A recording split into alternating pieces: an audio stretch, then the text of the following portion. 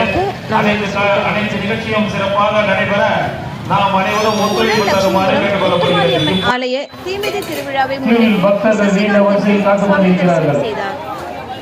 சென்னை புழல் லட்சுமிபுரத்தில் பழமை வாய்ந்த அருள்மிகு ஸ்ரீ முத்துமாரி அம்மன் ஆலயத்தின் 52ஆம் ஆண்டு ஆடி திருவிழாவும் 43ஆம் ஆண்டு தீமிதி திருவிழாவும் வெகு விமரிசையாக கடந்த செவ்வாய்க்கிழமை காப்பு கட்டுதலுடன் துவங்கியது.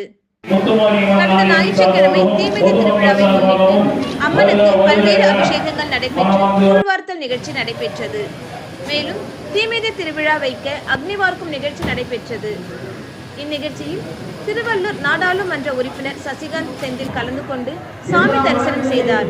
அவருக்கு ஆலய நிர்வாகிகளால் மாலை அணிவித்து மரியாதை செய்யப்பட்டது. காங்கிரஸ் கட்சி மாவட்ட துணைத் தலைவர் கிரிதர் வரவேற்புரை அளித்தார். தொடர்ந்து தீமிதி திருவிழாவின் அக்னிவார்க்கும் பகுதியினை நாடாளுமன்ற உறுப்பினர் சசிகாந்த் செந்தில் பார்வையிட்டு பக்தர்களின் பாதுகாப்பு குறித்து கேட்டறிந்தார்.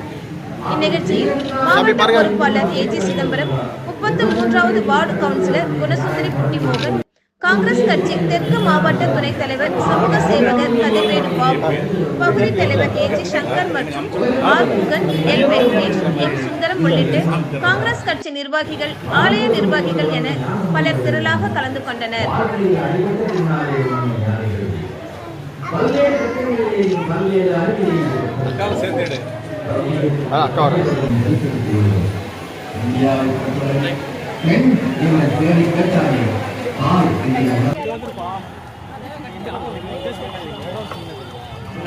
தீமிதி இடம் தெரியல.